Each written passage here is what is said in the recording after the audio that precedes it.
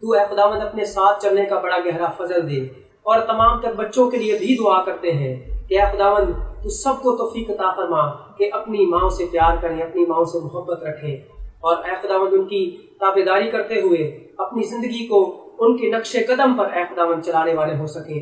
ماؤں کو یہ توفیق بخش دے کہ اے خداوند وہ اپنے خاندانوں کے لیے ایک اچھا نمونہ بننے والی ہوں، تاکہ اے خداوند خاندان، کلیسیا ترقی کرے، اور اے خداوند بہتر طور پر بچے اولاد وفادار نکل کر اے خداوند تیری خدمت میں، تیرے کلام میں، تیرے پیغام میں اے خداوند ترقی کرنے والے ہو سکیں۔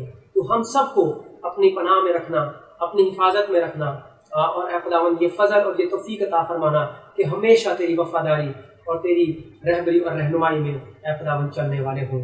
تیرے سارے وعدوں کے لیے جو آج ہم نے اس زبور میں سے سیکھے ہیں اے خداوند انہیں یاد رکھنے اور ان کو یاد رکھتے ہوئے اپنی زندگیوں کو اپنے کلام کی روشنی میں چلنے کا گہرا فضل بخش دے۔ تیرے بیٹے ہمارے منجی یسوع مسیح کے بابرکت پرفضل اور قادر مطلق نام کے وسیلہ سے مانگتے اور پا لیتے ہیں، آمین۔